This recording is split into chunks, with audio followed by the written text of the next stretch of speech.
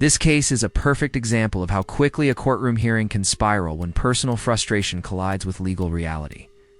What starts as a motion hearing about disqualifying a judge turns into something much deeper: questions about respect, courtroom control, and whether a defendant truly understands how the system works. Now, let's set the stage. We've got a defendant arguing that a sitting judge should be removed from his case due to bias, citing judicial conduct rules, personal treatment, and even comparing the judge to a TV personality. On the surface, that might sound bold, but here's the catch. In order to disqualify a judge, you need more than frustration or disagreement. You need clear evidence of bias that meets a legal standard. And that's where things get interesting, because instead of focusing on strong legal grounds, the argument quickly shifts into emotion, personal grievances, and broader accusations about the system itself. Meanwhile, the chief judge is listening, but also evaluating whether any of this actually meets the threshold required by law. So here's the real question.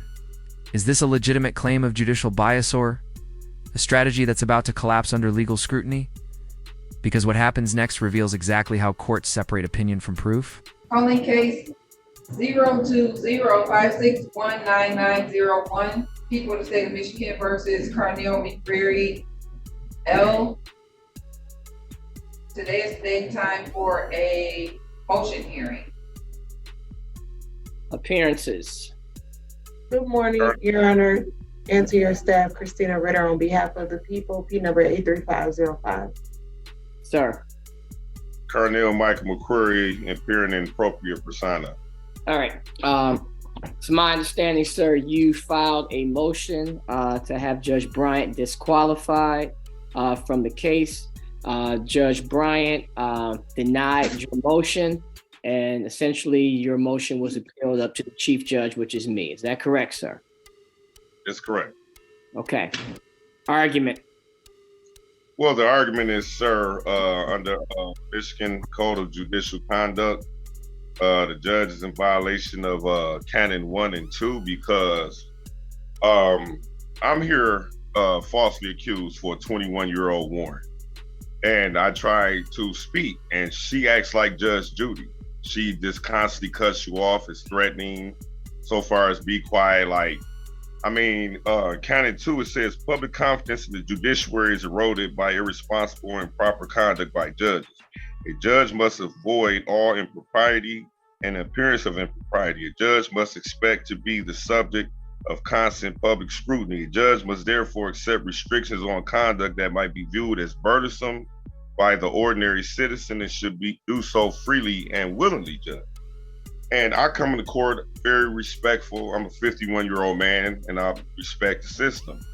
But I'm feeling that I'm being given, disrespect. I'm being silenced. I have a right under the free speech to petition the court for redress of grievances and things of that nature. And if you look at the TV show Judge Judy, this is how she acts, Judge. Totally wrong. And she asked me what did I want to do with the case. I said I would like to challenge jurisdiction because I went to prison in 2002 for 15 years and 8 months. They had under the rule, it's, I believe, for misdemeanors 40-something days, for felonies it's 6 months. So I request that the prosecutor prove its authority in bringing these charges so late. And I have been home 6.5 years, productive in the community, no problems, and I'm trying to do right, Judge.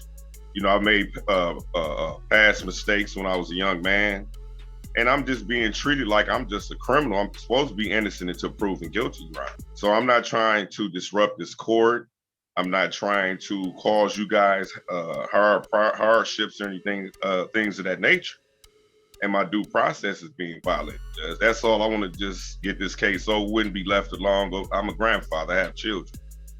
And their DPD has retaliated against me, Judge. And I know this is a Detroit police court, and I would like an investigation as to things that's been going on by the prosecutor's office, because Kim Worthy and her subordinates are retaliating against me. There's actual proof. At this point, I don't know if you're familiar with Bill Proctor. He's representing me in this matter and another matter so far as investigations for years of, hardships and tyranny committed against me by the system here in Wayne County. So this is all I want, a fair shake judge, a judge who's going to give me due process and give me what I'm entitled to according to law. And that's it, sir. Okay. Ms. Ritter, would you like to respond in any way? Judge, the only response that people have is that this is a case from 2002. It's a misdemeanor assault and battery case. Judge, from my recollection of the prior hearing with Judge Bryant, I do believe, if I'm not mistaken, that it was an arraignment process. And as the court was trying to proceed with the process, I do remember Mr. McCreary interrupting the judge while she was trying to make the record. But the people have not gotten to the point where, because Mr. Carnell was disruptive during the proceedings, the people didn't get to the point where there was another pretrial date set where the people could actually see if we're able to move forward on this 2002 case, Judge. Rebuttal. Yes. Okay, Judge, I would like you, if it's possible, I know you guys are on Zoom, so you should have access to recordings of these hearings and things of that nature. I believe that the prosecutor just fabricated facts to you because I was not rude to this lady. All I asked her is, like, she said, what do you want to be done with this case? I said, I would like to challenge jurisdiction. And Michigan and federal law requires once jurisdiction is challenged, it must be proven. How is it that the prosecutor knows statute of limitations? They're licensed. I'm not licensed. I've studied for years in prison. And they don't know that there's a statute of limitations. This is vindictive prosecution because of my complaints against Kim Worthy, Your Honor. And the record will reflect the evidence. And I object to her statements. All right. Court having had a chance to hear the arguments of the moving party, as well as the arguments of the prosecutor. The moving party is asking for a recusal or to have Judge Bryant disqualified based on Michigan Canons 1 and 2, based on that she is biased, as well as is not allowing a person to be able to basically argue their case. The moving party is stating that he wants to challenge jurisdiction and that he was not allowed to do so. The prosecutor is stating that there was only a proceeding at an arraignment and that the prosecution hasn't even got to the point where they have established whether they want to move forward with the case, but that was not allowed to happen because in their view, there was disruption in the court and there was a breakdown. The moving party is disputing that. He's saying that I could go to the video or the tapes to dispute that. At this time, the court is not going to make a decision at this point. I am going to pull the tape, pull the transcript. I'm going to make a decision very quickly on this. I'm not going to let this continue. And even based on, the court does have an opinion probably on the likelihood of prosecution on a 21-year-old case.